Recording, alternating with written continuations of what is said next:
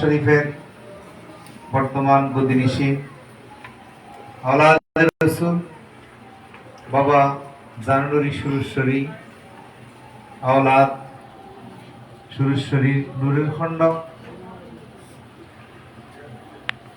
আশিকের হৃদয়ের স্পন্দন লক্ষ কোটি আশিকের ইমাম জমানার মুজাদ্দাদ শাহ সুফি সৈয়দ তহিদুল ইসলাম শাহিদুল হুজুরের কদমে কদমের সেজদা আরজ করে আমার পাশে বসে আছেন বিশিষ্ট গবেষক, বর্তমান যুগের বাতিলের আতঙ্ক, খুব সূক্ষ্ম গবেষক আমার ডাইন পাশে, যিনি আপনাদের সম্মুখে এতক্ষণ আলোচনা করেছেন যুগের অবতার শাহ সুফি কাজী জাবের সুরেশ্বরী, এবং আমার বাম পাশে বসে আছেন আরেকজন গবেষক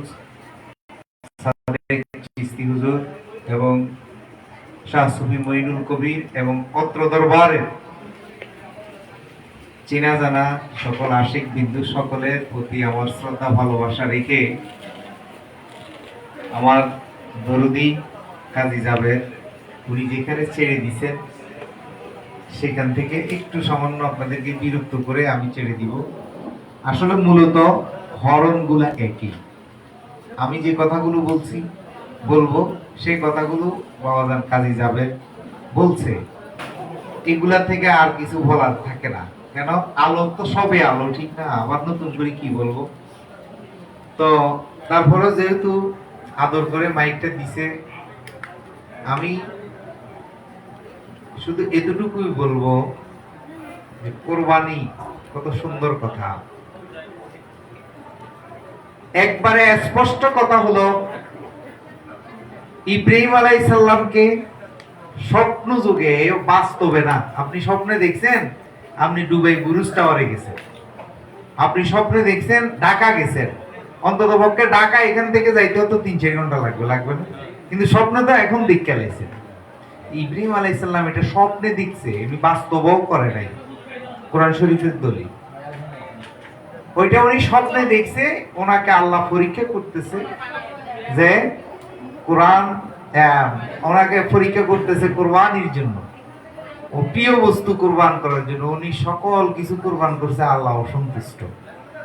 শেষ মুহূর্তে উনি গভীরভাবে চিন্তা করলো যে আমার একটাই তো সন্তান, মনে হয় এই সন্তানটা যদি কোরবান করি তাহলে মনে হয় আল্লাহ খুশি হবে, সন্তুষ্ট হবে। তখন উনি স্বপ্ন যুগে কি করলেন, ওনাকে এই ইসমাইলকে এভাবে দেখতেছে। দেখার পরে ইসমাইলকে এভাবে উনি কি করছে, স্বপ্ন যুগে দেখছে যে ওনাকে কোরবানি করছে। এইটা উনি স্বপ্নের ব্যাখ্যাটা সকালবেলা ওনার বিবির কাছে বলছে, একবার অরিজিনাল নিখুঁত। এখানে অনেক মিডিয়া আছে যে উনি বাস্তবে মিনাতে নিয়ে এভাবে জবাই করছে, এগুলো কিছুই কোনো আলেম নীল আকাশের নিচে প্রমাণ করতে পারবে না যে উনি বাস্তবে, মনে করেন এই যে আমি চোখ বন্ধ করে স্বপ্নে দেখছি পানি খাইতেছি, কিন্তু বাস্তবে খাইতেছি, এটা কেউ দেখে নাই। এটা উনি স্বপ্নে দেখে পরের দিন বিবির কাছে গল্প করছে। এই গল্প মহিলার জাত, তো মহিলারা তো একটা কথা শুনলে এর কথা এর কাছে, এর কথা এর কাছে কয় না? তো হয়তো উনি ওনার বিবি এটা আরেক বিবির কাছে কইছে, কইতে এইটা শেষ যুগে হাসি কিভাবে জানি প্রতিষ্ঠিত হয়ে গেছে। কথা আমার ধরতে পারছেন?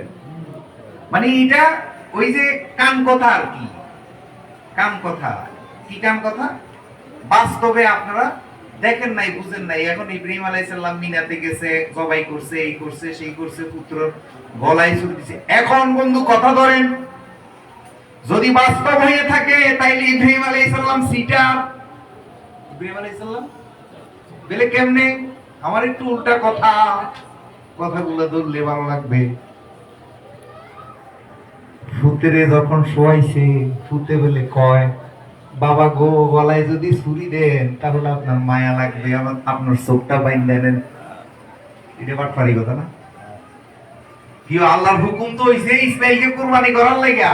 আবার ইসমাইলের বুদ্ধি ইব্রাহিমে ধরবো না, তাইলে ইসমাইল থেকে ইব্রাহিম বড়, বা ইব্রাহিম থেকে ইসমাইল কথা ধরেন কিন্তু, নাইলে কথা উল্টা পাল্টা, এত রিয়েল ভিডিও হইয়া সব সিটারি চলতেছে। এই যে বাজানে কথা কইছে একটা, কাটতে নিছে আরেকটা। গভীর মনোযোগ। ইব্রাহিম বড় না ইসমাইল বড়? ইব্রাহিম। ইব্রাহিম বড়। তাইলে ইব্রাহিমের ইসমাইলে কেমনে জ্ঞান দেয়? বাবা গো, যখন আপনি আমার গলায় ছুরি লাগাইবেন আপনার ফরান পড়বে, মন জ্বলবে, আপনার চোখটা বেঁধে নেন, তাহলে আর আপনার মায়া লাগবে না, ছুরিটা ঠিক মতো চালাইতে পারবেন। তাইলে তো এখানে দেখা যায় ইসমাইল ডাউট হয়ে যাচ্ছে। দেখেন কেমনে ডাউট। ইসমাইল চিন্তা করছে, যদি বাবা চোখ বাঁধে তাহলে আমি আস্তে করে উঠে গিয়ে ওই যে পাশে দুম্বা আছে, দুম্বা শোয়াইয়া দিব। আব্বা চোখ বাঁধা তাই কে দুম্বা জবাই করবো।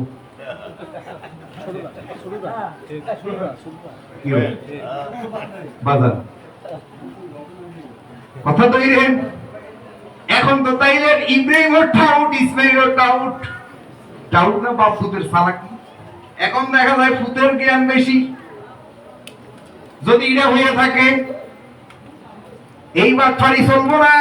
এটা স্বপ্নের কাহিনী। কোরআন শরীফ খোলো, বিভিন্ন মিডিয়াতে কথাটা যাবে।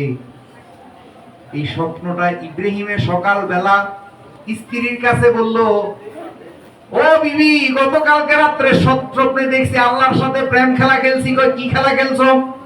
আল্লাহ আমার পরীক্ষা নিতেছে, প্রিয় বস্তু কোরবান করার জন্য, আল্লাহর নামে ত্যাগ করার জন্য আমি পৃথিবীর সকল কিছুকে হত্যা করছি, সকল কিছু দিতে রাজি হয়েছি, আল্লাহ কবুল করে নাই। শেষ মুহূর্তে যখন কইছি মাবুদু আমার ইসমাইলকে তোমার প্রেমে কোরবান করলাম, তখন যাই আল্লাহ রাজি হয়েছে। এটা তো স্বপ্নের কথা। তো এই বিবিয়ে হয়তো আরেক বিবির কাছে কইছে, আরেক বিবি আরেক বিবির কাছে কইছে। আর যদি এটা বাস্তব যদি হইয়া থাকে, তাহলে হয়তো ইব্রাহিম ডাউট, নাইলে ইসমাইল ডাউট। দলিল কেমনে? দলিল সূক্ষ্ম পরোক্ষ ভাবে বুঝেন। আলোকে আলো বলতে হবে, কারো চোখ রাঙ্গানুকে ভয় করা যাবে না। এরা বলতেছে ইব্রাহিম যখন পুত্রকে হত্যা করতে নিল, কোরবানি করতে নিল, এমন অবস্থায় ইসমাইল বলতেছে, বাবা গো, আমার গলায় ছুরি যখন দিবেন তখন আপনার মায়া লাগবে, আপনার পরাণ পড়বে, মন জ্বলবে, চোখটা বাইঙ্গা লন, তাহলে আপনার কোরবানি করতে সুবিধা হবে। কোরবানি করতে এখন যদি আরো আগে টানি। এখন এখানে তারা আবার ওয়াজ করে, স্ত্রীকেও পরীক্ষা করছে। কি পরীক্ষা? ও স্ত্রী, বিবি গো, তোমার সন্তানকে কোরবানি করতে নিব, তুমি রাজি কিনা? কেমন স্ত্রী, কেমন স্ত্রী! স্ত্রীও রাজি হয়ে গেছে। আপনার যাহা করেন তাহা, আপনার সন্তান আপনি কোরবান করবেন, আমার সমস্যা। তাইলে তো এখন দেখা যায় স্ত্রী মনে হয় দুম্বা লইয়া পাহাড়ের গুহার কাছে। এরা আগে প্ল্যান করছে। এরা আগে প্ল্যান করছে। কি প্ল্যান করছে? যে মা গো, আব্বা তো স্বপ্নে দেখছে আমারও জবাই করবো, এখন কি করা? তো জবাই যেহেতু করবো, তুমি একটা কাজ করে তুমি রাজি হয়ে যাও, আব্বার তো মাথা করো। আব্বার কি? আব্বার থেকে তো আমরা বাইসতে হইব। তাহলে কেমনে বাইসতে হইব? তুমি বলে খালাই থাকবা, যখন আব্বা আমার শোয়াইব আমি আব্বারে বলবো, আব্বা গো, আমার মায়া লাগবো, আপনি যখন আমার জবাই করবেন ফরান পড়বো, তখন আব্বার এই ফার্ম দিয়ে আব্বার চোখটা বাঁধিলাম, তুমি তুমবাটা আমার দিবা, আমি নিয়ে জবাই করি। তাহলে তো পুরো চিটিংবাজির ঘটনা। কথা বাড়াবো না, কথাগুলো মূলত মেজাজি হাকিকি কিছুই বুঝি না। আমার ভাষণ যেখানে বুঝাইছে ফর্মালিটি, অনেক ওনারা সিস্টেম করে কথা বলে। বাজান রে আমারও তো মাইরা লাইছে ওনারা, আমার আর মাইরের ভয় কি? যারা একবার ফিরছে, একবার মাইর খেয়ে লাইছে, সে আর মাইরের ভয় পায়। আমি মেজাজি হাকিকি বুঝি না, আমি ডাইরেক্ট বুঝি, একটাই বুঝি, কোরবানি একটাই হলো মনের যত ভালো আছে, কুফাসালো, সিগারি, বাটপারি, বদমাশি, টাউটবাজি যা আছে, এইগুলাকে হত্যা করাই কোরবানি। সোজা সাপটা কথা। আর এটা ওইটি সব কিচ্ছা কাহিনী। এগুলার যদি বুঝাইতে যাই, দলিল দিতে যাই, আমি গোলাম মঈনুদ্দিন অহংকারী না, আমার বাজান শাইনুরি বাজানের কদমে হাত রাখি। এগুলো যদি আমি গোলাম মঈনুদ্দিন উল্টাইয়া দিই, নীল আকাশের নিচে এমন কোন আলেম জন্ম হয় নাই যে আমার এটা বাপটা করবো। তো যাক, কথা বাড়াইলাম না। মূল কথাই হলো আমরা মুর্শিদ প্রেমে কোরবান, আমাদের আবার গরু কোরবান, মুরগি কোরবান, ছাগল কোরবান, এত কোরবানের টাইম কই, এত কোরবানের টাইম কই, এত সময় কই? প্রেমিকে নামাজ পড়ে না, প্রেমিকে নামাজ পড়ে না, আরে ও আলি মুসল্লিগণে, ও আলি মুসল্লিগণে করে ঘোষণা, প্রেমিকে নামাজ পড়ে না, প্রেমিকে নামাজ পড়ে না। প্রেমিকে কি করে?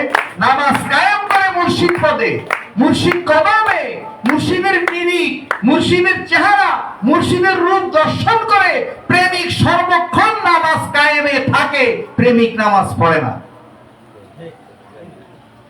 সুন্দর সুন্দর আল্লাহর কোরআনের আদেশ নিষেধ আমরা মানি চলি, এই জন্য তারা বলে আমরা কাফের, তারা বলে আমরা কাফের। কেন? আমরা আল্লাহর নির্দেশ আদম কাবায় শুরু শরীরে জানুনুরিরে আওলাদে রাসূলকে সিজদা করার, এটা আল্লাহর নির্দেশ, কোরআনের নির্দেশ। আমরা এটা আল্লাহর নির্দেশ মানি, এইজন্য আমরা কাফের।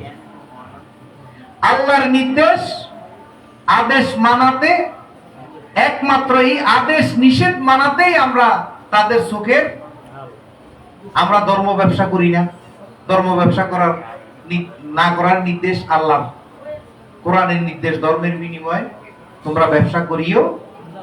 তারা আজান দিয়া টাকা লয়, নামাজ পড়ায় টাকা লয়, দোয়া পড়ায় টাকা লয়, সব দিক দিয়ে টাকা লয়, আল্লাহর নির্দেশ অমান্য কইরা আবার তারা ফতোয়া দেয় আমরা কাফের। আর আমরা ধর্ম বিক্রি করি না, ওয়াজ করি টাকা লই না, আজান দিয়া টাকা লই না, খতম করি টাকা লই না, এগুলো তো আমরা করি না, তারপরে এগুলো কিনে দিয়ে আমরা নাই, আমরা হয়ে গেছি কাফের।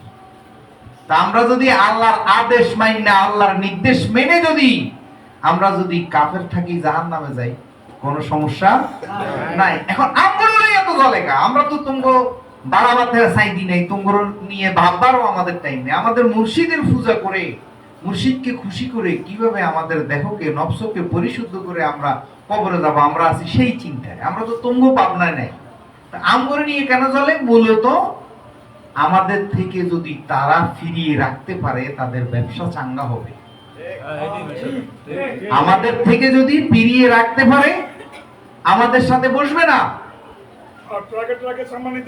হ্যাঁ আমাদের সাথে বসবে না। এই যে এতবার ডাকি, আমি গোলাম মঈনুদ্দিন, কেন ফতবষ্ট হব? আসেন না, একটু বুঝিয়ে দেন। আপনি যে কোরআন পড়েন, আমি সেই কোরআন পড়ি, আমরা যে আলো, সূর্যের আলো গ্রহণ করি, আপনি আসেন না, না সেটা করবে না। শুধু আমাদের থেকে মানুষকে কিভাবে দূরে রাখবে, ফিরিয়ে রাখবে সেই চিন্তা। কেন? আমাদের থেকে আসল বিষয় জেনে যায়, আসল গোমর জেনে যায়। আমাদের কাছে আসলে মানুষ সৎ হয়ে যায়, আমাদের সাথে মানুষ চললে সুদ ছেড়ে দেয়, আমাদের সাথে মানুষ চললে ভণ্ডামি ছেড়ে দেয়, আর ওদের সাথে চললে বলৎকারি করা যায়, সুদ খাওয়া যায়, সিটারি করা যায়, বাটপারি করা যায়, দুর্জেমি করা যায়, লুচ্চামি করা যায়, সবকিছু করা যায়। এই জন্য ওরা চায় যে ওদের দিকে ফিরে রাখে। আর আমাদের কাছে আসলে চোর আউলিয়া হয়, খুনি আউলিয়া হয়, বেশ্যা মহিলা আম্বিয়া হয়। এই জন্য এরা চায় যে কোনো বেশ্যা মহিলা, খারাপ মহিলা অলির দরবারে না যাক। কেন না যাক? ওরা আকাম কুকাম বেশি করে করতে পারবে। তো যাই কথা বাড়ালাম না, মূলত এটা একটা কোরবানি। যে কথাটা বলছে এই বাজানে যেটা বলছে এটাই সঠিক, বাবা যেটা বলছে সেটাই সঠিক। একটা একবারে সত্য কথা, একবারে নিঃসন্দেহে একটা স্বপ্নের ঘটনা। আমি স্বপ্নে দেখছি শাহিন নুরি হুজুরকে নিয়ে আমি বুরুজ খলিফা টাওয়ারের মধ্যে ঘুরতেছি। সব এটা কি সম্ভব? ভিসা লাগবো, পাসপোর্ট লাগবো, টিকিট লাগবো, তারপরে ডুবে যাইলে ঘুরে যাই। তিনি ইব্রাহিম আলাইহিস সালামের একটা স্বপ্নের একটা দর্শন, সেইটা নিয়ে আজকে কারা করতেছে। আরেকটা জিনিস দেখেন, এই কাজগুলা কারা করতেছে? সুদখোর, সিটার, বাটপার, বদমাইশ, যারা আকাম কুকামে ব্যস্ত, দেখেন তারাই এই কাজগুলো করতেছে। একটা ভালো লোক, সৎ লোক এই কাজের কিনে দিয়ে জানে, কেন? তার ভিতরে রহমত আছে, সে রহমানের বান্দা, কোরআন শরীফে আসছে, সে রহমান হয়ে গেছে, সেই জন্য আরেকটা পশু হত্যা করে না। এই আল্লাহ এই পৃথিবীটাকে তিনটা জাতে সৃষ্টি করছে। একটা হলো মাটি থেকে, উদ্ভিদ, এই তরুলতা যা আছে সব এগুলা মাটি থেকে ৬০০০, ডিম থেকে ৬০০০, এই যে মোরগ, হাঁস, টিকটিকি, মেরকিটি, এগুলো ৬০০০। কত হলো? ১২,০০০। আর ৬০০০ করছে ফ্যাট থেকে, গর্ভ থেকে। এই যে গরু, ছাগল, এগুলো হলো গর্ভ থেকে, ফ্যাট থেকে। মানুষ, এগুলা ইঁদুর, এগুলা বিড়াল, এগুলা কুকুর, এগুলা ৬০০০ হলো। তাহলে কত হইলো? 18,000 মাখলুকা, তাইলে আপনি এই 6,000 এই সাধুগুরুরা এই জন্য ওই যে ফ্যাট থেকে বের হয় গরু, ফ্যাট থেকে বের হয় খাসি ছাগল, এই ফ্যাট থেকে বের হয় বিড়াল কুকুর, এই জন্য এগুলাকে এরা হত্যা করে না। এরা উদ্ভিদ ডিমও খায় না, এরা ওই উদ্ভিদের মধ্যে থেকে কোন রকম জীবনটা বেঁচে এরা দুনিয়া থেকে যায়। ধন্যবাদ, আমাদের জয় ইনশাল্লাহ হবে। আমি কথা আর বাড়ালাম না, দুইজন মেহমান আসছে আমাদেরকে যে আমার বাজার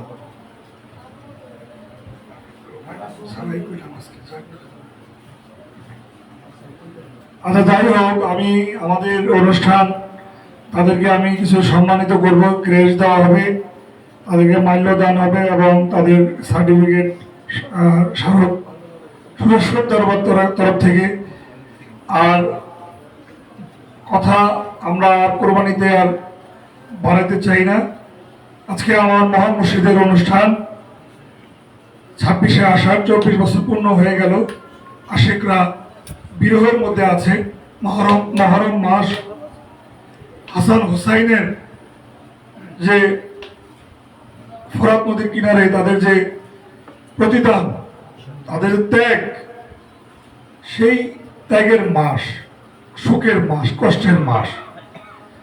তো যাই হোক, আমি বলেছিলাম যে আমি আমার ব্যক্তিগত মতামত যে কোরবানি পশু না দিয়ে ভিতরের পশু দেওয়াটাই সঠিক বলে আমি মনে করি। সেই জন্য 30টি গ্রাম কোরবানি দেয় না এই কথা কিন্তু আমার ভিডিওতে নাই। কোরবানি দিতে নিষেধ করছি এই কথাও নাই। আমাদের অনুসারীরা কোরবানি দেয় না এই কথাও নাই। কিন্তু তিনি আমাদের দরবারকে জড়াইয়া এরকম অকথ্য ভাষায় তিনি ভিত্তিহীন মন করার কথা বলেছেন।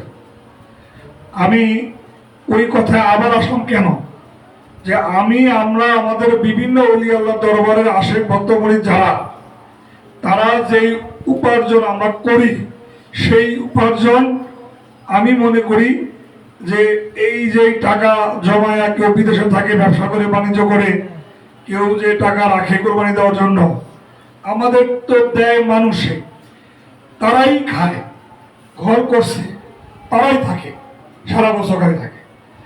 এরপরে জায়গা কিনলেও ভক্তদেরই ব্যবহার করে। যদি কোনো বিল্ডিং ঘর দুয়ার আমরা করি, আমরা খাদেম, খেদমত, আমরা মুনতাজেম, আমরা গোলামি করি, জানো বাবার আশেকদের গোলামি করি। এই হলো আমাদের পরিচয়।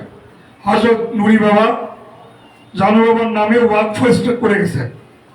তিনি তার নিজের নামে জমি জমা রাখা যান নাই এবং তার আওলাদদেরকেও কোনো জমি জমা দেওয়া যায় নাই। এবং সেই থেকে আদবদি এই দরবারে মাদ্রাসা আছে। আমাদের আশেক ভক্তদের জন্য প্রতিদিন বাবুসখানায় রান্না বান্না হইতেই থাকে। হ্যাঁ, ভক্তরা টাকা পয়সা দেয়, কিন্তু সেটা ভক্তদের জন্যই খরচ হয়। এই টাকা দিয়া আপনার ওই আনন্দ ফুর্তির কোরবানি একটা জীবনকে ধ্বংস করা, একটা জীবন বানায় দেন কত পারেন কিনা? যারা হাজার হাজার লক্ষ লক্ষ গরু, উট, মহিষ এই বিদেশ থেকে আমদানি করা, এই ভারত থেকে গরু আমদানি করা, গরুওয়ালা গরু ব্যবসা করেন, আর জামাই মাইয়ার বাড়ি গরু দিয়ে আদান প্রদান করা যে জীব হত্যা করেন, সেই জীব একটা বানায় দেন তো আমরা দেখি একটা কোন জায়গায় একটা জীব বানাইতে পারেন কিনা। তো যাই হোক, আমার ব্যক্তিগত যে উপার্জন, আমি হইলাম একজন গোলাম, আমি খাদমেন, আমার কোনো উপার্জনই নেই।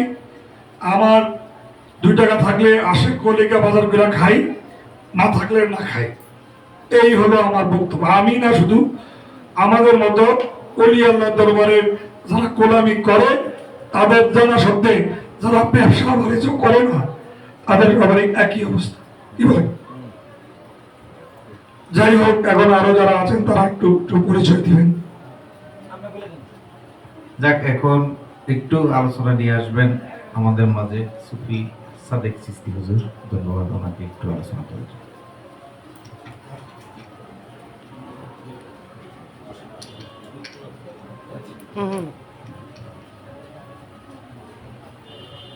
আমাদের আরেক কাজ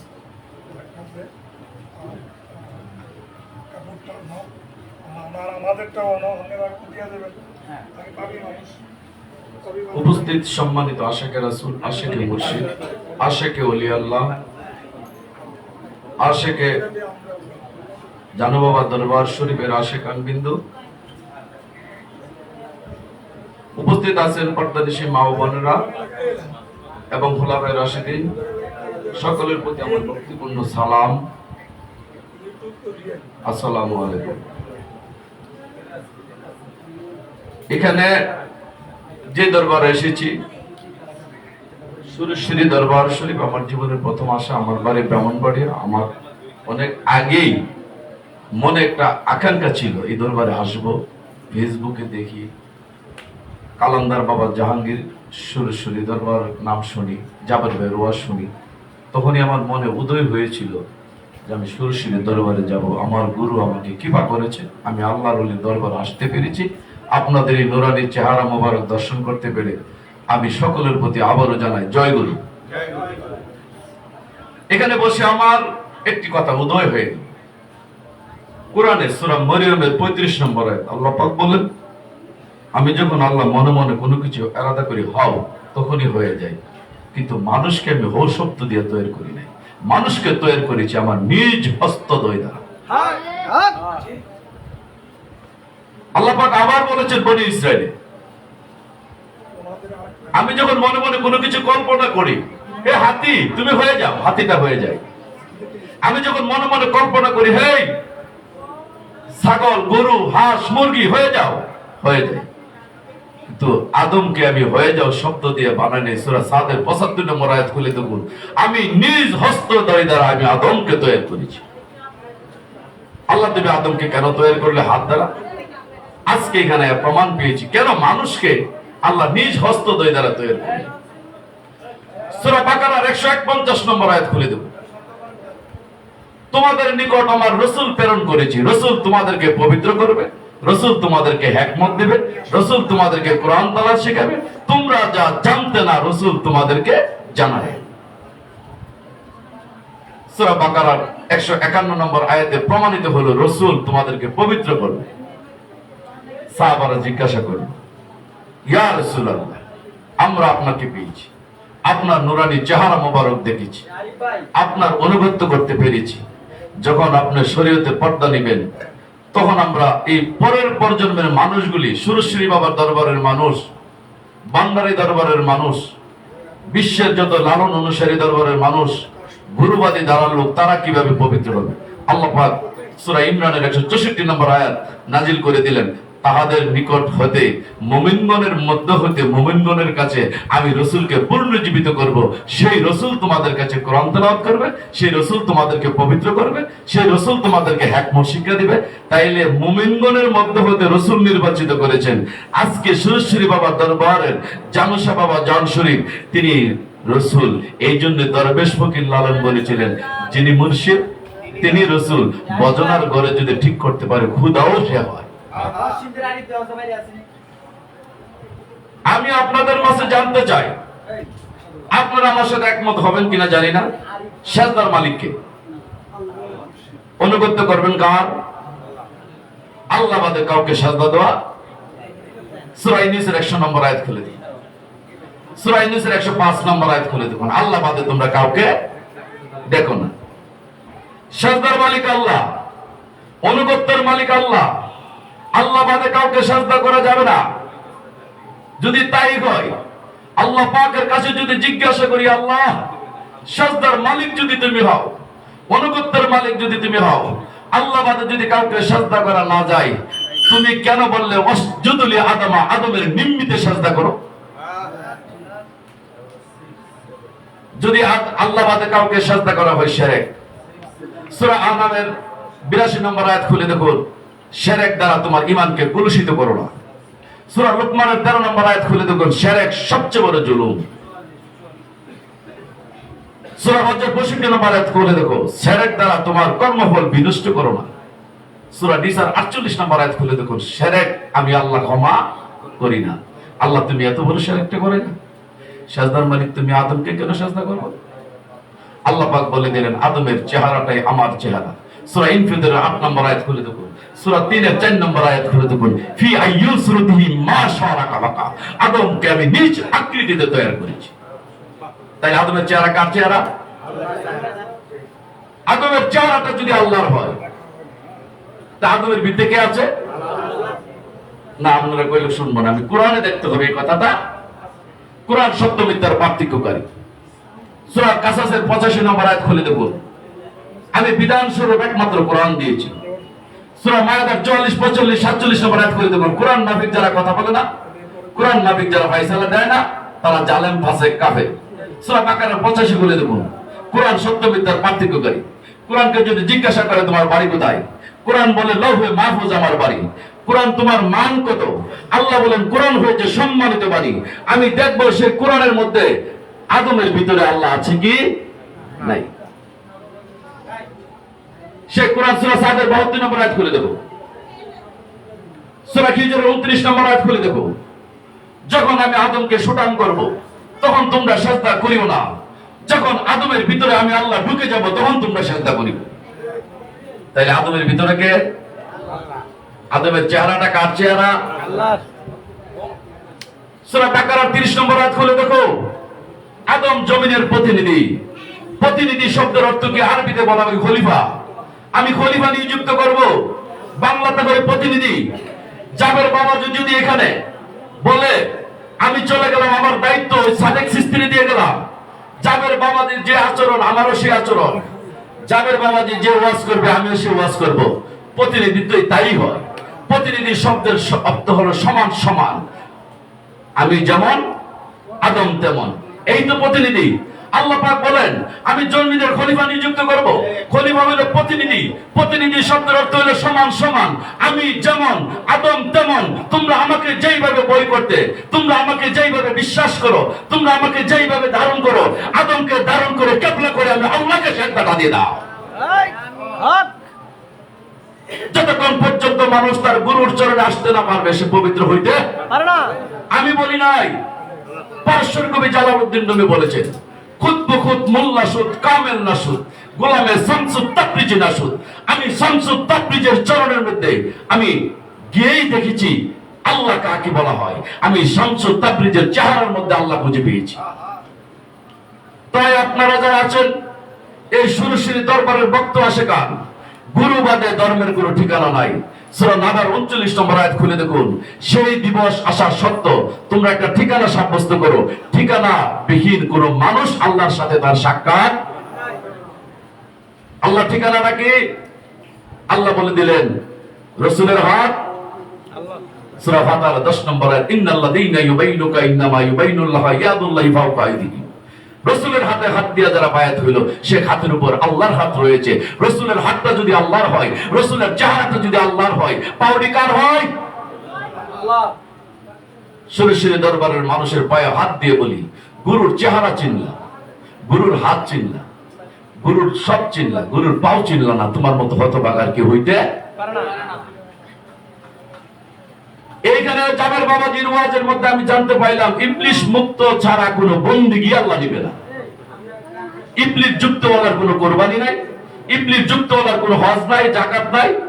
এইখানে যতটুকু কথা শুনলাম, একটা মানুষ যতক্ষণ পর্যন্ত ইবলিশ থেকে মুক্ত না হবে ততক্ষণ পর্যন্ত তার বন্দেগী আল্লাহ। আপনারা চান তো ইবলিশ থেকে মুক্ত হতে? তাহলে আসুন দেখি ইবলিশ থেকে কিভাবে মুক্ত হওয়া যায়। আমাদের মূল স্টেশন কোথায়? নবী মুহাম্মদ সাল্লাল্লাহু আলাইহি ওয়াসাল্লাম। নবী মুহাম্মদ সাল্লাল্লাহু আলাইহি সাল্লাম সাহাবাগণকে যেভাবে পবিত্র করেছেন, যেভাবে ইবলিশ থেকে মুক্ত করেছেন, সেই কৌশলটা যদি আমরা জানি তাই তো আমরা পবিত্র হইতে পারবো। এখন যদি বর্তমান প্রেক্ষাপটের ওহাবী আলেম কইতাছে নামাজ বেহেশতের চাবি, আমি তাদের বিরুদ্ধে যাব না, ধরে নিলাম নামাজ বেহেশতের চাবি। আমরা বাড়িতে গরু কোরবানি দিছে, দেওয়ার পরে আমার আম্মারে জিজ্ঞাসা করলাম, যত বড় গরু দিবা তত বেশি বেশি মানুষ ব্যস্ত দেবে, হাসরের দিন লেজটা ধরে ব্যস্ত দেওয়া। আমি আবার গুরুজির লেজটা নাচছি, নাচবার দেখলাম আমরা পরিবারের মধ্যে 12 জন লোক লেজটা ধরে রাখা সম্ভব না, সম্ভব জায়গা নাই। আর আব্বাকে অসুস্থ তো সারছি। সুতরাং আসুন আমরা ইবলিশ থেকে মুক্ত হতে চাই। সেদিন নবী মুহাম্মদ সাল্লাল্লাহু আলাইহি সাল্লাম সাহাবাকে কিভাবে মুক্ত করেছিলেন? যদি বর্তমান প্রেক্ষাপটের আলেমের কথা ধরি, সেদিন যদি সাহাবাকে নবীজি নামাজ দিয়েছিল, তাহলে নামাজ মানে আল্লাহকে সাজদা করা, তাই না? সেদিন যদি সাজদার মাধ্যমে ইবলিশ থেকে মুক্ত হয়, ইবলিশ বলে সূরা রাদের খুলে দেখুন 15 নম্বর আয়াত, আসমান জমিনে যা কিছু আছে ইচ্ছে অনিচ্ছে আল্লাহর সাজদা করে। আসমান জমিনের ভিতরে আমি ইবলিশ আছি, আমিও তো আল্লাহর সাজদা করি। তুমি সাজদা করার বিনিময়ে যদি বেহেশত পাও, আমি পাবো না কোন কারণে? আমিও তো বেহেশতটা পাই। তুমি যদি মনে করো নবী মুহাম্মদ সাল্লাল্লাহু আলাইহি সাল্লাম সাহাবাকে বলেছিল, এই সাহাবা 1000 গুণের তাসবিহ দিয়েছে, তুমি সুবহানাল্লাহ সুবহানাল্লাহ জিকির করো, সেই জিকির থেকে যদি ইবলিশ মুক্ত হয়, ইবলিশ কয় তুমি খুলে দেখো সূরা ইমরানের সূরা হাদীদের 1 নম্বর আয়াত খুলে দেখো, আমিও আল্লাহ পাকের ওজিফা করি, তুমি যেমন করো আমিও করি, আর তুমি যেইভাবে করো তার সাথে আমি বেশি করি, কারণ আমি আল্লাহ দেখে ওজিফা করি, তুমি না দেখে করতেছো। যদি বলেন নবী মুহাম্মদ সাল্লাল্লাহু আলাইহি সাল্লাম সেই সাহাবাকে বলেছিল তুমি কান্নাকাটি করো, কান্নাকাটি করলে ইবলিশ মুক্ত হয়ে যাবে। ইবলিশ কয় সূরা ইমরানের 83 নম্বর আয়াত খুলে দেখো, আমিও আল্লাহর জন্য কান্নাকাটি করি, সুতরাং তুমিও করো আমিও করি, তুমি করলে যদি ব্যস্ত পাও তা আমি পাবো না কোন কারণে? যদি বলেন নবী মুহাম্মদ সাল্লাল্লাহু আলাইহি সাল্লাম সেই সাহাবাকে বলছিল রোজা রাখো, ইবলিশ কয় আমিও রোজা রাখি, কারণ রোজা মানে কি বিরত থাকা, আমিও বিরত আছি, আমি আদম সাজদা ছাড়া আমি কোনদিন সুদিও টাকা লাগাইছি না, কইর হক মাইরা খাইছি না। সুতরাং তুমি রোজা রাখো আমিও রাখি, তোমার রোজার বদৌলতে যদি তোমাকে ব্যস্ততা দেয়, আল্লাহ আমাকে ব্যস্ততা দিবে না কোন কারণে? সেদিন নবী মুহাম্মদ সাল্লাল্লাহু আলাইহি সাল্লাম কি করেছিলেন ইবলিশ থেকে মুক্ত হওয়ার জন্য? সেদিন সাহাবাকে বলেছিলেন তুমি আমার দিকে তাকাও, আমার চেহারাটা কার চেহারা? রাসূলের চেহারা, রাসূলের হাত, রাসূলের পাউডি কার? সেদিন ইবলিশ সাহাবার ভিতরে বসা ছিল, সরকারে দু আলম দু জাহানের বাদশা সেদিন বলেছিলেন তুমি আমাকে কিবলা করো, আমার হাত আল্লাহর হাত, আমার চেহারা আল্লাহর চেহারা, আমার ভিতরে আছে আল্লাহ, আমাকে কিবলা করে আল্লাহকে সাজদা করে দাও, তুমি ইবলিশ থেকে মুক্ত হয়ে যাবে। সেদিন ইবলিশ সাহাবার ভিতর থেকে সাজদার বিনিময়ে মুক্ত হয়ে গিয়েছিলেন। বলছিলেন এই সাহাবা, এতক্ষণ তুমি যে বন্দেগী করেছো আমি তোমার ভিতরে ছিলাম, তুমি যখন আদমকে সাজদা করেছো এখন আর তোমার ভিতরে থাকতে পারি না। সূরা হিজরের 34 নম্বর 33 নম্বর আয়াত খুলে দেখুন, ইবলিশ কোনদিন আদম কাবার শামিল হয় নাই। সুতরাং গুরুবাদী ধারাতে যারা আছেন, আপনারা গুরুকে কিবলা করে আল্লাহকে সাজদা না করা পর্যন্ত ইবলিশ থেকে মুক্ত হইতে পারবেন না, কোরআন তাই বলে। যদি তাই না হয় সূরা নহলের 111 নম্বর আয়াত খুলে দেখুন, আত্মপক্ষের সমর্থনে যার যার যুক্তি তর্ক করলে হাসরের মাঠে সবাই আল্লাহর লগে কথা বলতে সক্ষম হবে। সেদিন আল্লাহর কাছে সবাই বলবে আল্লাহ আমি বন্দেগী করেছি, রোজা করেছি, হজ করেছি, যাকাত দিয়েছি, আমি তোমার ভালোবাসি, তোমার ওজিফা করেছি, তুমি আমাদের ব্যস্ততা দিয়ে দাও। সেদিন আপনারা যারা আছি সবাই সূরা ইউনূসের 45 নম্বর আয়াত খুলে দেখুন, হাসরের ময়দানে একদিন একজন আরেকজনকে চিনবে, সেদিন সবাই সবাইকে চিনবেন। সূরা কাহফের 22 নম্বর আয়াত খুলে দেখুন, আপনাদের চোখের দৃষ্টিগুলি বাড়াই দেওয়া হবে। সূরা সাজদার 12 নম্বর আয়াত খুলে দেখুন, সেদিন আপনাকে জিজ্ঞাসা করা হবে তোমরা কি দেখতে পেয়েছো, আমাকে দেখতেছো? সব আপনারা দেখবেন, দেখে হাসরের ময়দানে আল্লাহর কাছে আরজি দিবেন আমাকে ব্যস্ত দাও, আমি রোজা রাখছি, হজ করছি, যাকাত দিয়েছি। সেদিন প্রতিপক্ষ হাসরের ময়দানে ইবলিশও থাকবে। আপনি ব্যস্ত যাবেন, ইবলিশ যাবে না? ইবলিশও তো চেষ্টা করবে। আর ইবলিশ যদি কথা বলার সুযোগ না দেয় আল্লাহ পার্থক্য হয়ে গেল না? সেদিন আপনি বলবেন প্রতিদিন সকালবেলা উঠে কোরআন তেলাওয়াত করেছি, আমাকে ব্যস্ততা দিয়ে দাও। ইবলিশ বলবে প্রতিদিন আমিও তো কোরআন তেলাওয়াত করেছি, কোরআন খুলে দেখো। সেদিন আপনি বলবেন আমি হজ করেছি, ইবলিশ আমি তো হজের বিরুদ্ধে ছিলাম না। আপনি বলবেন পাঞ্জাবেরা নামাজ পড়েছি, আল্লাহকে সাজদা করেছি, ইবলিশ আমিও তো আল্লাহকে সাজদা করি। যদি আল্লাহ তোমার এই বান্দা যদি তোমাকে সাজদার কারণে ব্যস্ততা দিয়ে দাও, তুমি তো আমারও আল্লাহ, আমিও তো সাজদা করি, আমাকে দিবে না কোন কারণে? সেদিন কি ইবলিশের কাছে ছোট হবে নাকি আল্লাহ? সেদিন হাসরের ময়দানে আপনি বলবেন আমি ঘরের দরজা বাড়ি দিয়ে আসলে আল্লাহর জন্য কান্নাকাটি করছি, ইবলিশকে সূরা ইমরানের 83 নম্বর আয়াত খুলে দেখো, আমি আল্লাহর জন্য কান্নাকাটি করি, তোমার কান্নাকাটির বিনিময়ে যদি ব্যস্ততা দিয়ে দেই আমিও তো ব্যস্ততা পাবো। সুতরাং তোমার এই কান্নাকাটি কোনো কাজে আসবে না। তুমি যদি হাসরের দিন আল্লাহর কাছে বলো প্রতিদিন আমি 1000 গুণ তাসবিহ সুবহানাল্লাহ সুবহানাল্লাহ ওজিফা করেছি, ইবলিশ কো আমি ওজিফা করি, সূরা হাদীদের 1 নম্বর আয়াত খুলে দেখো, ইবলিশ আল্লাহ পাকের অনুগত্য স্বীকার করে, ইবলিশ আল্লাহর পবিত্রতা ঘোষণা করে, তোমার এই ওজিফার কারণে যদি ব্যস্ততা দিয়ে দেই ইবলিশ আল্লাহ ব্যস্ত দিবে। সুতরাং ইবলিশকে কোনোদিন ব্যস্ত দিবে না, তুমিও পাবে না। সেদিন আল্লাহ পাক আপনাদের দিকে, মা বোন আপনারা আমার কথা লক্ষ্য করুন, সেদিন মায়া করে আল্লাহ আপনার দিকে তাকিয়ে থাকবে। এই মানুষ তোমরা দেখো আর এমন একটা কর্ম করেছিল যেটা ইবলিশ করে। সেদিন আপনারা গুরুবাদী দ্বারার লোকগুলি বেঁচে যাবে। সেদিন বলবেন দুঃখ কষ্ট অভাব অনটনে থাকার পরেও অনেক কষ্ট করেছি, সিনজি চালাইছি, মাছের ব্যবসা করছি, ভিক্ষা করে চলছে, তবু গুরুর বাড়িতে যায় গুরুর চেহারা মোবারকের দিকে তাকাইয়া গুরুকে ডিলেট করে দিয়ে বলে দিয়েছিলাম এটাই রসুল। আর কোরআনে যখন শুনেছি এটা রসুল নয়, রসুলের হাত, আল্লাহর হাত, সেদিন রসুলকে ক্যাপলা করে আমি আল্লাহকে সাজদা করেছিলাম। সেদিন ইবলিশ বলবে আল্লাহ আমি হেরে গিয়েছি, আমি আদম কাবায় সাজদা করি না, আমি আদম কাবায় সাজদা না করার জন্য কাকে, আর সেই ব্যক্তি যখন আদম কাবায় সাজদা করেছে তার সাথে আর আমি তুলনা করতে। গুরুবাদী দ্বারার লোক যে কোনো দরবারের হোক তারে পাবেন, পায়া সালাম করবেন, তারে জড়ায়া বুকে নিবেন। গুরুবাদী দ্বারার লোক হাসরের ময়দানে কোরআন আমাকে সাক্ষী দিচ্ছে একজন আরেকজনকে চিনবে এবং জিজ্ঞাসাবাদ করবে তুমি কেমন আছো। সেদিন জাবের ভাই আমাকে জিজ্ঞাসাবাদ করবে। সূরা ইউনূসের 45 নম্বর আয়াত করে দেখুন। বর্তমান প্রেক্ষাপটের ওয়াহাবীরা বলে একজন আরেকজন চিনবে না, বাটপার। সবাই একজন আরেকজনকে চিনবে। তাই আমি অনেক সময় গুরুজির সামনে অনেক বেশি সময় নিয়ে গেছি। আমি চাই গুরুবাদী দাঁড়াতে থাকুন, বলি আল্লাহকে ভালোবাসুন, আর মানুষকে কি বলবে সেটা দেখার বিষয় না। গুরুর বাক্য মেনে চলুন, গুরু ছাড়া কোনো গতি নাই। আজ থেকে গুরুর কাছাকাছি যখন যাবেন তখন গুরু ডিলিট করে দিবেন। সাজদার মালিক গুরু না, গুরু হবে রসুল। আর যখন রসুলের কথা মনে হয়ে যাবে তখনই কোরআন স্মরণ করবেন। রসুলের হাত, রসুলের চেহারা, পাউডি কার, সেদিন রসুলকে কেবলা কইরা সাজদা দিবেন কারে? ইবলিশকে সাজদা করে করে কি? আল্লাহকে সাজদা করে, কিন্তু কেবলা করে সাজদা করে না।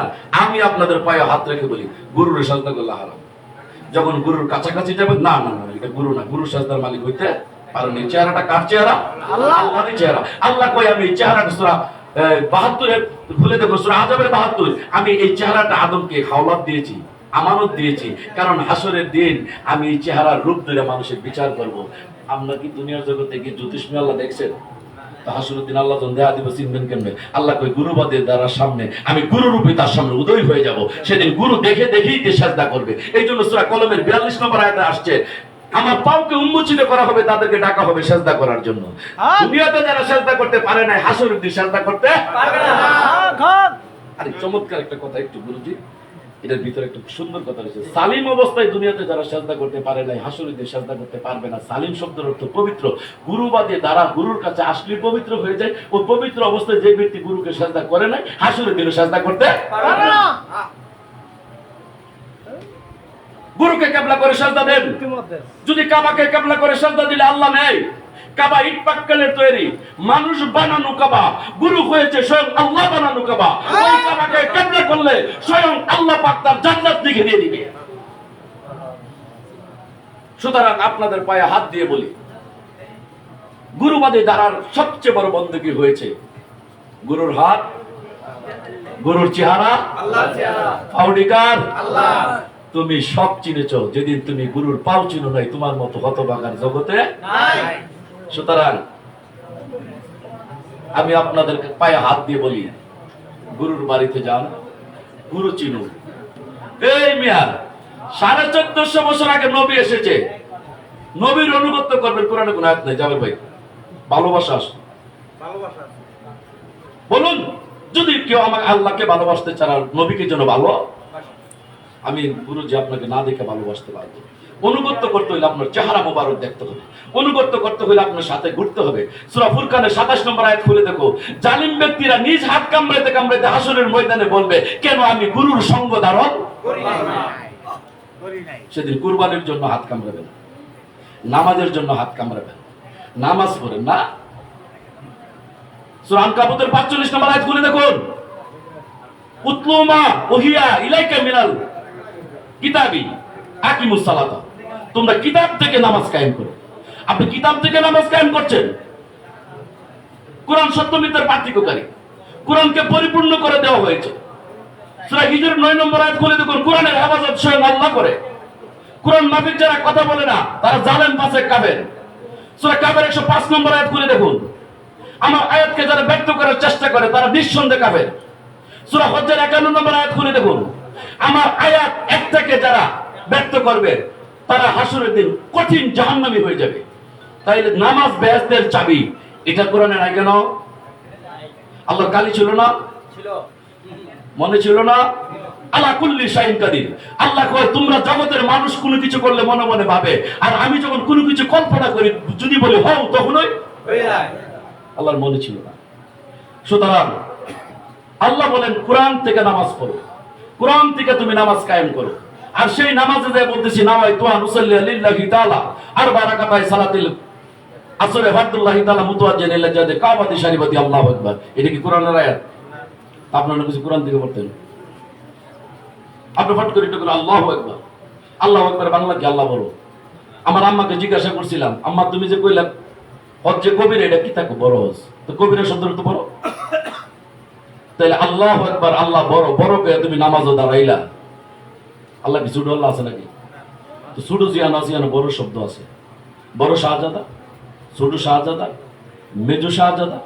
আল্লাহ আল্লাহর পরিচয় দিয়েছে কুল হুয়াল্লাহু আহাদ, আমি একক।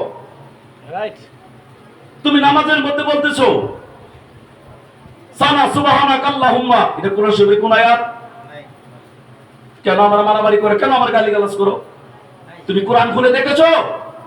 তুমি যে নামাজের কথা বলতেছো সেই নামাজ নাই, নামাজ আছে। যারা দাইমি সালাত আমার বাবা জান বলে গেছে, তারাই মুসল্লি, যারা 24 ঘন্টা নামাজের মধ্যে। তুমি যে 5 ওয়াক্ত নামাজ পড়ছো, 5 বার যে আল্লাহর জন্য স্মরণ করলে, আল্লাহ যে বললো 24 ঘন্টাই সালাত, এই আয়াতটা ব্যর্থ হইল না? একটা আয়াত ব্যর্থ হলে জাহান্নামী। সূরা হজ্জের 51 নম্বর আয়াত খুলে।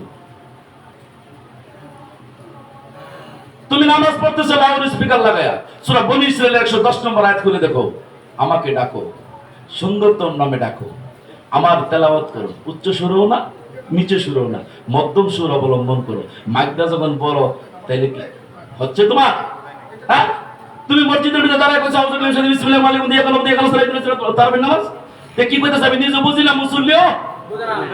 সূরা আনকাবুতের 45 নম্বর আয়াত খুলে দেখো, তুমি মুখে যাহা বলিতেছো যতক্ষণ না বুঝো ততক্ষণ নামাজের দ্বারে কাছো যাইও না। তুমি আরবি পড়লে, মুসল্লি আরবি শুনলো, তুমিও বুঝলে না। লালন সাহেব বলেছে না, বাংলা কিতাব কয়জনে পড়ে, আরবি ফার্সি নাগিনি বলি কয়জনে জানে। যাদের ভাই শিখবা যদি নাগিনি বলি বাংলাতে লাও পাস করে, বিনা কার্যে ধনুপার্জন কে করিতে পারে, বিনা কার্যে ধনুপার্জন। দরবেশ লালন সাহেবের কাছে ভিক্ষা চান, আমি কোন বন্দেগী করব? একটা বন্দেগী দেন। লালন সাহেব কিতাবে লালন সাহেব বলে গেছে, গুরু পদে হেডুবে থাকরে আমার মন, গুরু পদে হেডুবে থাকরে আমার মন, গুরু পদে না ডুবিলে, গুরু পদে না ডুবিলে জীবন যাবে অকারণ। গুরু পদে হেডুবে থাকরে আমার মন, গুরু পদে হেডুবে থাকরে আমার মন। শিষ্য যদি হয় কায়েমি,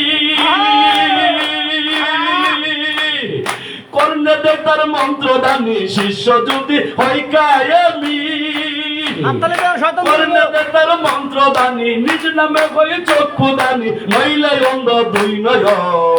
গুরু পদে হেডুবে থাকরে আমার মন, গুরু পদে হেডুবে থাকরে আমার মন। গুরু পদে না ডুবিলে, গুরু পদে না ডুবিলে জীবন যাবে অকারণ। গুরু পদে হেডুবে থাকরে আমার মন, গুরু পদে হেডুবে থাকরে আমার মন। শিষ্য যদি হয় কায়েমি, কর্ণেতে তার মন্ত্র দানি, শিষ্য যদি হয় কায়েমি, কর্ণেতে তার মন্ত্র দানি, নিজ নামে হই চক্ষু দানি, নইলে অন্ধ দুই নয়ন। গুরু পদে হেডুবে থাকরে আমার মন, গুরু পদে হেডুবে থাকরে আমার মন। ওই দেখা যায় আনকানো ঘর, চিনি মানুষ ও চিনি শহর শিরাশা কহিলা লন্ডে তোর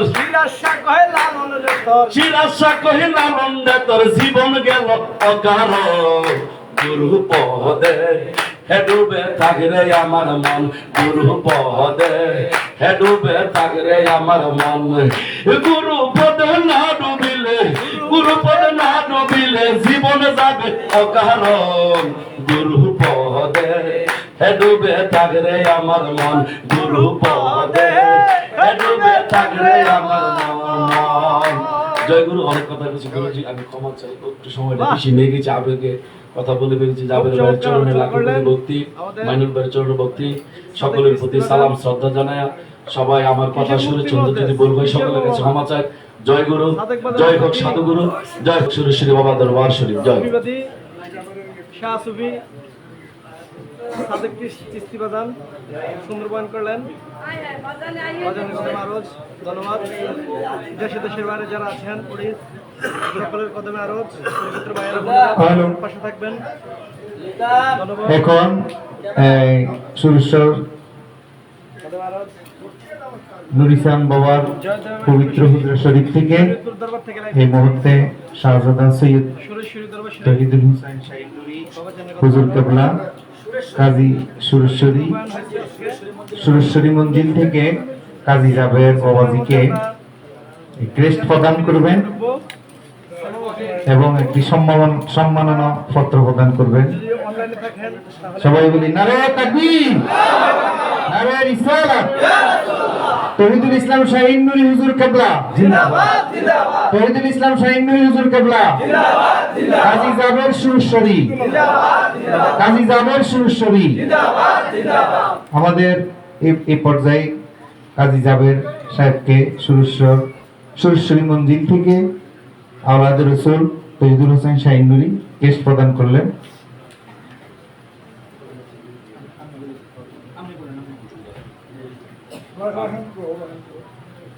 কুমিল্লা লাঙ্গলকোট থেকে আগত অনেক ত্যাগ তিতিকার বিনিময় এই পর্যন্ত এই মানুষটাকে আমরা পেয়েছি, যে মানুষটার জীবন অনেক উৎসর্গ করেছেন, সেই মঈনুদ্দিন ভান্ডারী সাহেবকে সুরেশ্বর দরবার শরীফের সুরেশ্বরী মঞ্জিল হইতে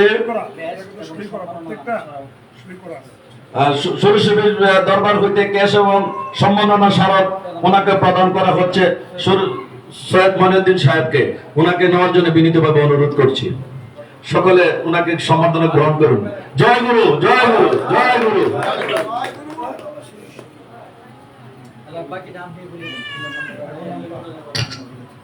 এই পর্যায়ে শাহ সুফি মঈনুল কবির হুজুরকে সম্মাননা ক্রেস্ট এবং কি সম্মাননা পদক 2024 সুরেশ্বরী মঞ্জিল থেকে আওলাদে রাসূল শাহজাদা সৈয়দ তহিদুল হোসেন শাহীন নুরি হুজুর প্রদান করতেছেন। সকলে বলি জয় গুরু, জয় গুরু, জয় সুরেশ্বরী, জয় সুরেশ্বরী, জয় সুরেশ্বরী, জয় সুরেশ্বরী। ধন্যবাদ। শাহ সুফি মঈনুল কবির চিস্তিকে 2024 সুরেশ্বরী মঞ্জিল থেকে সম্মাননা পদক প্রদান করলেন বাবাজান তহিদুল ইসলাম শাহীন নুরি। ধন্যবাদ।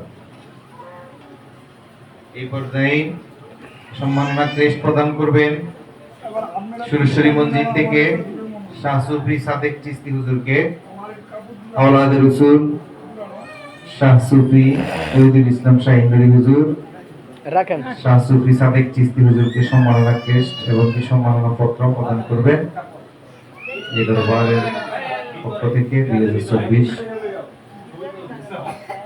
জয় গুরু সুরেশ্বরী, জয় সুরেশ্বরী, জয় গুরু। ধন্যবাদ। শাহজাদা সৈয়দ তহিদুল ইসলাম শাহীন নুরি হুজুর সম্মাননা ক্রেস্ট 2024 প্রদান করলেন। এই পর্যায়ে আমরা সকলের পক্ষ থেকে কাজী জাবের বাবাজি এবং মঈনুল কবির চিস্তি হুজুর এবং কাজী শাহ সুফি সাদেক চিস্তি হুজুরের পক্ষ থেকে আমরা সবাই মিলি বাবাজানকে সম্মাননা ক্রেস্ট প্রদান করলাম। সবাই বলি নারে তাকবীর, নারে রিসালাত। শাহজাদা সৈয়দ তহিদুল ইসলাম শাহীন নুরি জিন্দাবাদ, জিন্দাবাদ। শাহীন নুরি এগিয়ে চলো, আমরা আছি তোমার সাথে। শাহীন নুরি এগিয়ে চলো, আমরা আছি তোমার সাথে। শাহীন নুরি এগিয়ে চলো, আমরা আছি তোমার সাথে। শাহীন নুরি এগিয়ে চলো, আমরা আছি তোমার সাথে। বলি আল্লাহর আলো দেহ ঘরে জালো লালু রুনির আলো শাহিন নুরির আলো ধন্যবাদ কাজী জাবের শাহ সুফি মঈনুল কবির সাদিক চিশতি হুজুরকে এই সম্মাননা টেস্ট শাহিন নুরি হুজুরকে প্রদান করার জন্য। আল্লাহুম্মা সাল্লি আলা মুহাম্মাদ ওয়া আলা আলি সাইয়্যিদিনা মুহাম্মাদ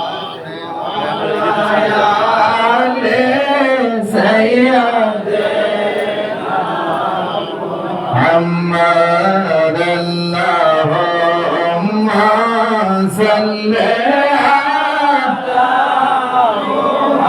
محمد وعلى آل سيدنا محمد وعلى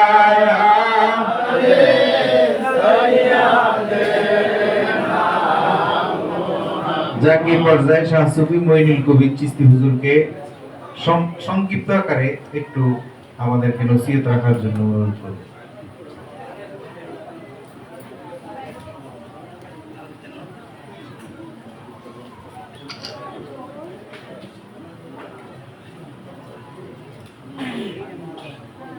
बिस्मिल्लाहिर रहमानिर रहीम अस्सलातु वस्सलामु अलैका या रसूलल्लाह अस्सलातु वस्सलामु अलैका या हबीबल्लाह अस्सलातु वस्सलामु अलैका या शाफिउल मुज़नबीन अस्सलातु वस्सलामु अलैका या नूरे मुजस्सम रहमतुल लिल आलमीन अस्सलातु वस्सलामु अलैका या अहले बैत अलैहिस्सलातु वस्सलाम अस्सलातु वस्सलामु अलैका या शुहदाए आजम शुहदाए करबला इमाम हुसैन আলাইহিসসালাতু ওয়াসসালাম।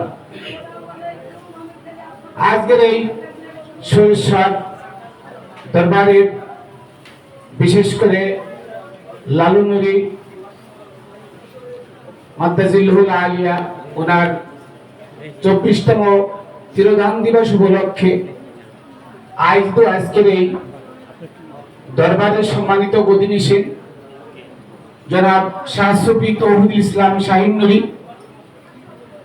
তার পদচরণে আমার ভক্তি চুম্বন রেখে আমি আমার মুর্শিদ কেবলা জান মানিক চাঁদ শাহ রহমতুল্লাহ আলাইহি পাক চরণে ভক্তি চুম্বন রেখে উপস্থিত আশিকিন জাকিরিন ভাই ও বোনেরা দূর দূরান্ত থেকে যারা আশিক মাসুকের খেলায় মেতে সংসারের চিন্তা না করে দুনিয়াদারির চিন্তা না করে প্রেমের টানে গভীরভাবে সেই দূর দূরান্ত থেকে ছুটে এখানে এসেছেন, আমি তাদের প্রত্যেকের পদচরণে অধমের সালাম ভক্তি রাখিলাম।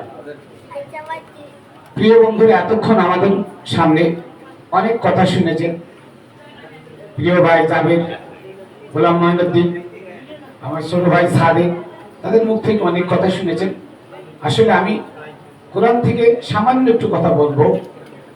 সেটা হলো, আমরা এই দরবারমুখী কেন হই, কি কারণে হই, আর সেই উদ্দেশ্য লক্ষ্য নিয়ে আমি কিছু আলোচনা করব। আমি প্রথমে বলতে চাই যে সূরা আল ইমরানের 43 নম্বর আয়াত, এই একটা আয়াতের ভিতরে তিনটে শব্দ। এই তিনটা শব্দ যদি আমরা ব্যাখ্যা করি তা আমি মনে হয় এক শব্দে ব্যাখ্যা দিতে পারবো না। তিনটা শব্দ একই ক্যাটাগরির, কিন্তু তিনটে শব্দ তিন কোয়ালিটির। আল্লাহ মরিয়মকে ডেকে বললেন, ইয়া মরিয়ম উকনুতি ওয়াসজুদি লিরাব্বিক। তারপরে বলছে ওয়ার কাইমার রাকিন। তিনটা শব্দ। হে মরিয়ম, তুমি অহংকার করে না, তুমি অমুকের মেয়ে। তুমি অহংকার করে না, তুমি অমুকের মা। তুমি অহংকার করে না, ঈসার মা তুমি।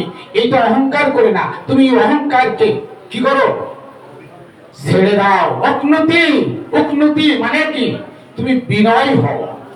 আমরা বলি না, হ্যাঁ আমি অমুক চেয়ারম্যানের ছেলে, চেনো আমাকে, এটা বলি না। এটা কি, আমি তো অহংকার। আল্লাহ বলছেন, হে মরিয়ম তুমি ঈসার মা, এটা অহংকার নয়। তুমি বিনয় হও। তারপরে বলছে অসজুদি লিরব্বি, তুমি তোমার মস্তক অবনত করো তোমার রবের কাছে। এই মস্তক অবনত করতে বলছে রবের কাছে, তার মানে অসজুদি সিজদা। আমাদের কাছে কিন্তু সিজদা বা রুকু বাংলা কিন্তু কেউ বলে না, বলে বলে কেউ বাংলা? রুকু মানে কি, সিজদা মানে কি বলে? সালাত মানে কি কেউ বলে না। সালাত শব্দের অর্থ দেখেন, সালাত শব্দের অর্থ স্মরণ সংযোগ। স্মরণ সংযোগ, কাউকে স্মরণ করতে হলে সংযোগের মাধ্যমে করতে হবে।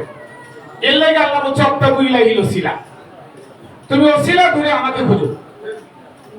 আর আমাদের সমাজে বলা হচ্ছে ওসিলা টসিলা লাগবে না, মসজিদে গিয়ে খালি কপাল ঢুকাও, কি তাই না? মসজিদে গিয়ে কপাল ঢুকাও, ওসিলা লাগবে না। আল্লাহ বলছে ওসিলা ধরে আমাকে খোঁজো। আর আমরা বলি মসজিদে যায় কপাল ঢুকাও, কিন্তু মসজিদে দেখে আপনি ওসিলা খোঁজেন না? আমি যদি দেখাই কি ওসিলা খোঁজেন? মসজিদে যে ইমাম, মসজিদে যে ইমাম, আপনি যান আল্লাহ খুঁজতে, আর ইমাম যায় তার পেটের দান্দা খুঁজতে, যায় কিনা? ইমাম যায় পেটের দান্দা খুঁজতে। আবার আপনাদেরকে ভয় দেয় এক ওয়াক্ত নামাজ কাজে 80 জাহান্নাম, বলে না? বলে কিনা? কোরআনে তো নাই, কোরআনে কোথাও নাই। আমি ব্যাখ্যা আজকে দিব এখানে। দেখেন, মোল্লা যায় ধান্দা খুঁজতে, আপনি যাই আল্লাহ, আপনি যান আল্লাহ খুঁজতে।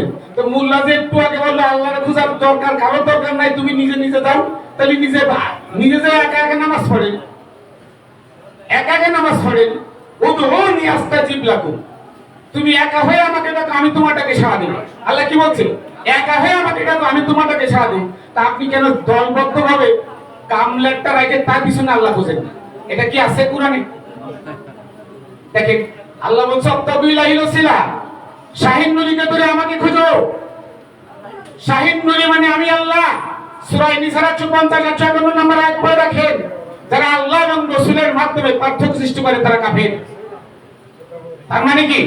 যিনি রাসূল, আরবিতে রাসূল, মুরশিদ, হাদি, আর হচ্ছে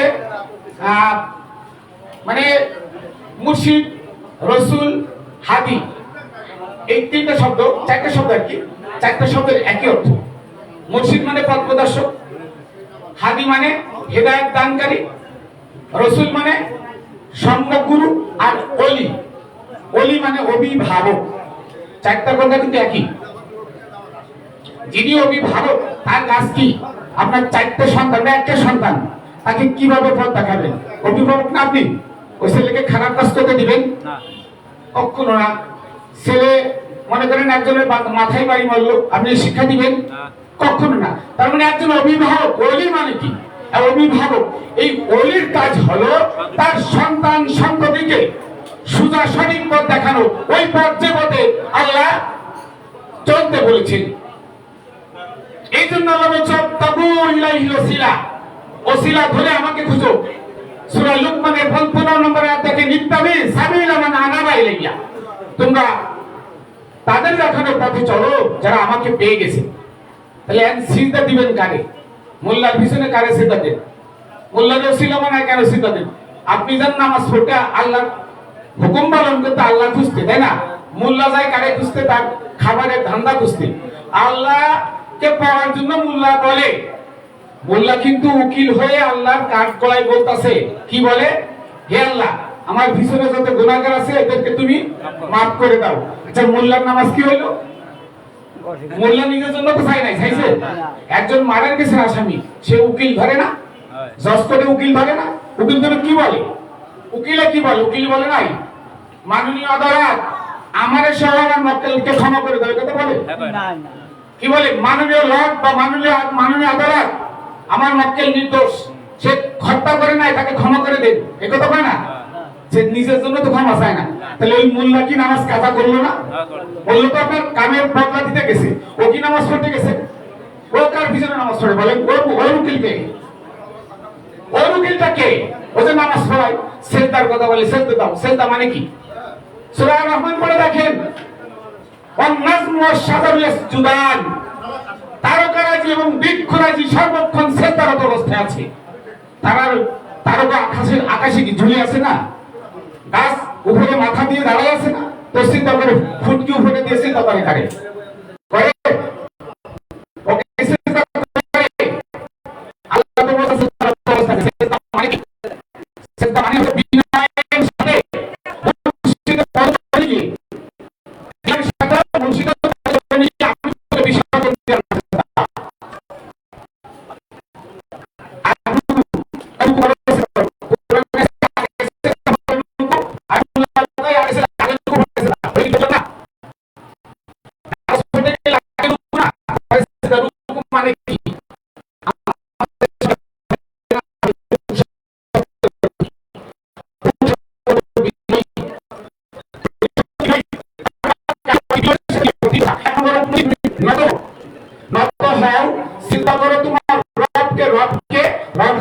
মসজিদ। তার মানে 1 নম্বর হচ্ছে মসজিদের কাছে গেলে তুমি আগে নগদ হয়ে যাও, তারপরে তাকে সেবা মস্ত অনুমত করো, তারপরে এরপরে তার চরিত্র নিজের মধ্যে ভালো যাই দেখেন বড় করে লেখা আছে, আচরণ করে আমার আচরণ ধর, বনে জঙ্গলে তোরা যেখানে বিপদে পড়িস আমি সেখানে তোদের উদ্ধারিব। দেখেন লেখা আছে কি বলছে, আমার পা না ধরে আমার আচরণ ধর।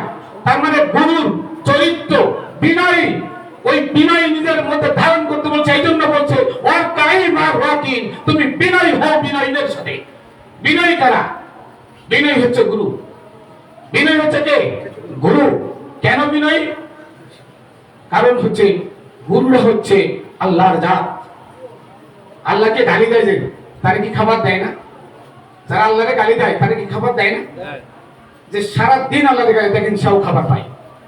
তাহলে আল্লাহ প্রত্যেকটা জীবের যদি খাবার দিয়ে থাকে, আল্লাহ বলছেন যে আমি প্রত্যেকটা বিচরণশীল জীবের খাবারের দায়িত্ব আমার উপরে। ওয়ামা মিন দাব্বাতিন ফিল আরদ ইল্লা আলাল্লাহি রিজকুহা। তো পৃথিবীর যত বিচরণশীল জীব আছে তাদের প্রত্যেকের রিজকের জিম্মাদার কার? আমি আল্লাহ। আর এই রিজকের জিম্মাদার যদি আল্লাহ হয়, তাহলে আপনি কেন রিজকের পিছনে দৌড়ান? রিজক আপনার পিছনে দৌড়াবে। আপনি আপনার গুরুর পরে, গুরুর পদচরণে এই আত্মবিশ্বাসটি পড়ে থাকেন যে আমার রিজকের মালিক আল্লাহ, আমার গুরু আমার আল্লাহ, আমি কেন রিজকের পিছনে দৌড়াবো? রিজক আমার পিছনে দৌড়াবে। এই নিয়তটা, এই অন্তরের ভিতরে আপনি সর্বক্ষণ নিয়ে থাকেন, দেখেন আপনার রিজকের অভাব হবে না, আপনার কষ্ট হবে না। এটাই আল্লাহ বলছেন সিবগাতাল্লাহি ওমান আহসানু মিনাল্লাহি সিবগা। যে আল্লাহর রঙে রঙিন হয়ে গেল তার থেকে উন্নত মানে উত্তম আর কে? তার মানে যে গুরুর চরিত্রে, গুরুর চরিত্র যে নিজের চরিত্র ধারণ করে গুরুর আদর্শে আদর্শিত হয়ে গেল, ওই ব্যক্তি সোজা পথে, ওই ব্যক্তি নাজাতের পথে, ওই ব্যক্তি মুক্তির পথে, ওই ব্যক্তির কামিয়াবি, ওই ব্যক্তিকে গুরু সোজা পথ দেখিয়েছেন। আজকে আমরা সত্যকে গোপন করে যে সালাতের কথা কোরআনে আছে তাতে রুকু সেজদা নাই, সেটাকে আমরা বানাইছি ভিন্ন। আজকে শরিয়াত, আমরা বলি শরিয়াত মানে কোরআনেও বলতেছে সূরা মায়েদার 48 নম্বর আয়াত, শরিয়াত এবং মারিফাত দুইটাই মানা ফরজ। কি? দুইটাই মানা ফরজ। এই দুইটা মানতে হলে আমাদের গুরুর কাছে যেতে হবে। গুরুর হুকুম, গুরুর যে নির্দেশ, গুরুর আদেশ, এই আদেশ নির্দেশ মাথা পেতে নিতে হবে। কোনো প্রশ্ন করা যাবে না গুরুর কাছে। গুরুর কাছে কোনো প্রশ্ন করা যাবে না। সবসময় এটা ভাববেন যে গুরু যা আদেশ করবেন আমি তা শিরোধার্য করব। তো এই জন্য আমি সবাইকে বলি, যারা গুরুবাদীতে আসছেন সবার কাছে আমার বিনীত অনুরোধ যে বাবা শাহিন নুরি যা নির্দেশ দেয়, উনি যেভাবে চলে ওনাকে স্মরণ করবেন। ওনাকে আপনারা দেখবেন উনি কিভাবে চলে, কিভাবে কথা বলে, এইগুলো নিজের মধ্যে ধারণ করবেন। তাহলে আপনার এহুকাল ফরকাল দুই কাল ফিরল, দুই কালই নাজাত। তো আমি আসলে শর্ট টাইম এখানে আমি আমার এই সংক্ষিপ্ত বক্তব্য শেষ করছি। ভুল ত্রুটি ক্ষমা করবেন। জয় বাবা সুরেশ্বরী, জয় বাবা শাহিনুরি, জয় দূর দূরান্ত থেকে আশিকিন জাগের ভাই বোনেরা।